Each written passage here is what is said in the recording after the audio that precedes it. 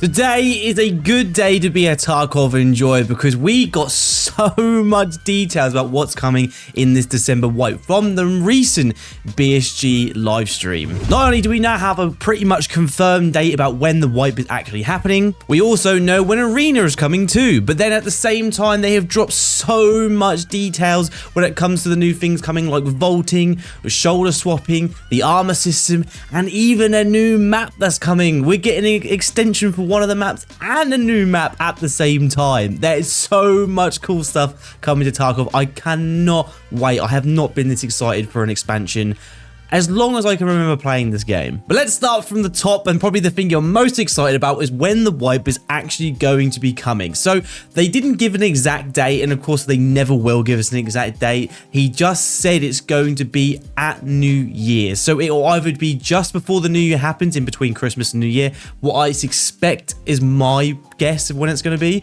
or it will happen just afterwards in early part of January. And because we've been given this information recently and it's quite close to that date, I can't imagine it changing as well. Arena itself as well is still on schedule. We are getting that early part of December as well. So that hasn't changed. We're still getting that very soon. And then also to get the annoying thing out of the way, because I know people are going to be putting in the comment section asking about the cheater situation, that nothing has really changed in the way that they're doing and getting rid of cheats themselves, but they've given us an update. Since October, they've gotten rid of at least 10,000 more cheaters in the ban waves that they've been doing. I know we'd probably be wanting them to do more, but this is what we're getting at the moment, so hopefully this will help, including when we eventually do get some new systems in place like the new engine. Hopefully that will also help combat some cheaters as well and make it a bit easier for the anti-cheat to do what it needs to do. But on the subject of the new engine, we were supposed to be getting Unity 2021, but that has been confirmed to have been scrapped. They've obviously run into some major issues with it, and the reason why they can't implement it into the game is that they just can't be bothered to move forward with it, so they scrapped it, and they're now moving on to Unity 2023.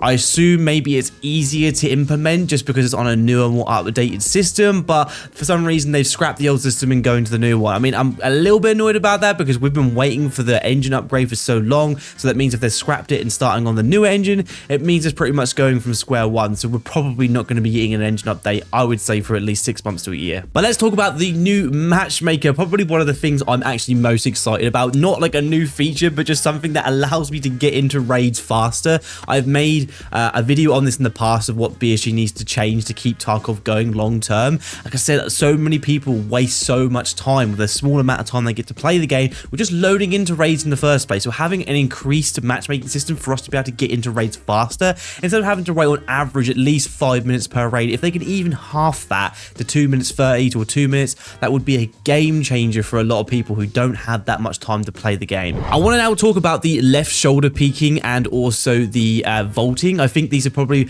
some of the changes that I feel like are quite similar to each other, but they actually make such a huge difference. We got an in-depth look at what it's going to look like changing from shoulder to shoulder, and it looks incredibly smooth, and it's going to definitely get rid of that right side peekers advantage that we've always known and hated, and have to keep swapping sides just to have the advantage over somebody when we're having a PvP fight. Nobody wants that, so now you can just swap and it looks very fluid. It'll probably be a keybind that you can just infinitely smooth between each arm as much as you'd like. And the same goes for the new vaulting mechanic. We've also got an in-depth look at this, and I'm surprised to say it actually does look like it works very well and is very smooth also. They haven't said whether it's going to be a separate button for you to be able to vault, or that now will be the default instead of the jumping, but from what we can see, it looks like you'll be able to vault things up to about your stomach height, and then there are some situations where we saw we get up to actual shoulder height, but I can't imagine you're going to be able to jump into a vault to grab something really high, because I can imagine it's probably going to break the dynamic of the game and be able to get into some stupid places. Even with just shoulder height vaulting, you're still going to be able to get into some stupid places where you weren't before, but I think if they allowed you to do jump then grab onto a ledge and pull up, it would maybe be a bit too much, so I'm glad they didn't do that. But I'm calling it now. I guarantee on the first couple of weeks, maybe even the first couple of months of the wipe, when this gets added in, there's going to be people who are glitching either under the map or into walls and all different kinds of places, because this would have not been tested like super thoroughly, because you just know know that it just hasn't. So just be warned that we're probably going to run into a few issues with that too. We also got some glimpses at the new Recore rework, and I'm not exactly sure what I think about this. All I can say is that it looks significantly different to what we have now. So every gun kind of looks like it performs like a laser beam.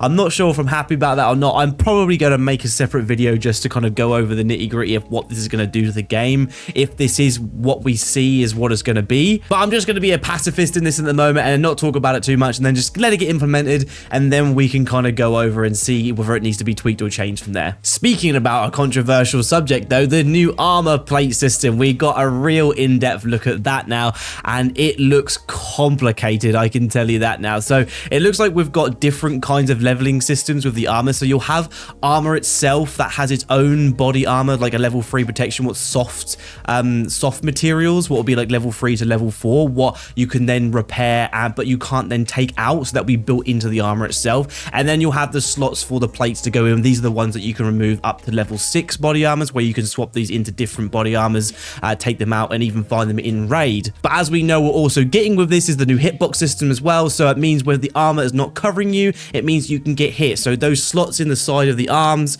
or even towards the neck area or down to the stomach area where the body armor physically does not cover, it will not cover you. So you can get shot here and there's be body armor here, and it will just hit you straight in the thorax. This is going to be the biggest change I think has ever come to Escape from Tarkov, and I am going to make a video on this separately, breaking this down. But at the moment, I'm just looking forward to see what it does to the community. I definitely think it's going to be like the weight system when I got first added. It's going to be a complete split, and some people are going to love it and some people are going to absolutely hate it. But who doesn't love a good shake-up in the game, eh? But one thing that I didn't expect was going to be a new map. But not only a new map, it's called Ground Zero, and it's going to be a noob-friendly zone. So when you start out in the game, anywhere between level 0 up to 15, and I think they were even teasing up the level 20, you'll be able to access this zone. It'll be a smaller map, and it's for people to learn. So if there are people who escape from Tarkov who get in at the later point in the game, so say halfway through a wipe, they can start here and just learn the game with the other new people who are also starting out later in the wipe, instead of having that massive disadvantage of going into all the other maps and going up against level people who have got max traders and the best guns and the best armors and can't fight those guys. At least this gives them a chance to be able to level up to, I don't know, level 15 or so, and unlock the flea market, so they have at least be able to compete with some of those higher tier players in the late part of the game. I think this is an insane change. So this is going to be a lot helpful for those kind of like starting quests as well. I can imagine there's going to be a lot of loot when it comes to like your slavers, your morphines, or your kind of find and raid items that are super hard to get in the other parts. They're going to be super prevalent on this new map. But don't worry, if you are past that level cap, you will be able to access the map still, but only as a scav. So once you pass that threshold of 15 to 20, whatever they do set, you won't be able to access it as a PMC anymore, but you'll still be able to go as a scav. But then to go along with the new map, we also have an expansion. They are finally expanding Shoreline. I have such a love-hate relationship with this map. There's so many like really good parts of this map, but there's also some really bad parts of the map where there's nothing really happens. Talking about the weather station and train track side of the map, there's just really bare and nothing really going on there. And I'm assuming with the expansion, they won't only just expand the map there, but also be adding in some new stuff as well to some of the older areas. So hopefully they rework that side of the map and then expand outwards behind where the bridge is. That is what I'm hoping, to kind of have a split side of the map where there's players wanting to go to that side of the map and also players wanting to go to the resort as normal. So instead of just all congregating in one place at the resort, because on Shoreline that realistically is the only good place to go. But we don't actually have any official information about what changes are coming to that map. We just know there's an expansion coming in this wipe. Now we are also getting a new scav boss on the streets map. His name is Colontai, if I'm saying that correctly. Please pronounce it better below if you can. But he's going to be coming alongside with the new BTR taxi. Now, I thought the BTR was only going to be used for the scav boss, and he was going to run around in that, and you'd have to fight him and destroy that. But it turns out you're going to be able to hire the BTR like a taxi service, like you would to extract from the map. But you're going to be able to, I don't know, get from one side of the street to the other while going around in the tank, but also being able to use the cannon on top to shoot people while you're maneuvering around in this.